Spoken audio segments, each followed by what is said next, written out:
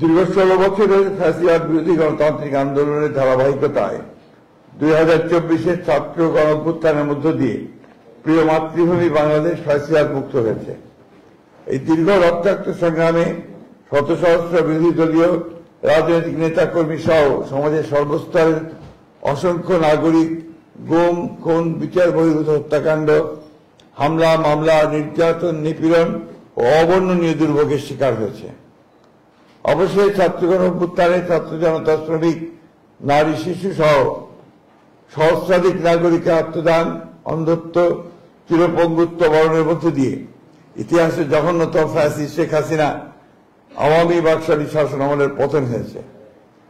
সারা বিশ্বের জনমত ও বাংলাদেশের জনগণের দাবি ও প্রত্যাশা ছিল যারা পতিত স্বৈরাচার ও তার দোসরদের মানবতা বিরোধী ও নৃশংস জঘন্য হত্যাকাণ্ড এবং গণহত্যা অপরাধের বিচার হয়।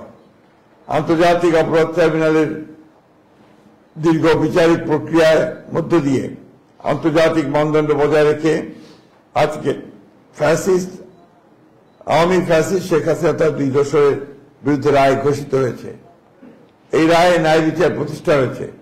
আইনের বিধান অনুযায়ী সর্বোচ্চ সাজা প্রদান করা হয়েছে ফ্যাসিস্ট শেখ হাসিনা তার দোসর সাবেক স্বরাষ্ট্রমন্ত্রী আসাদুজ্জামান কামালের।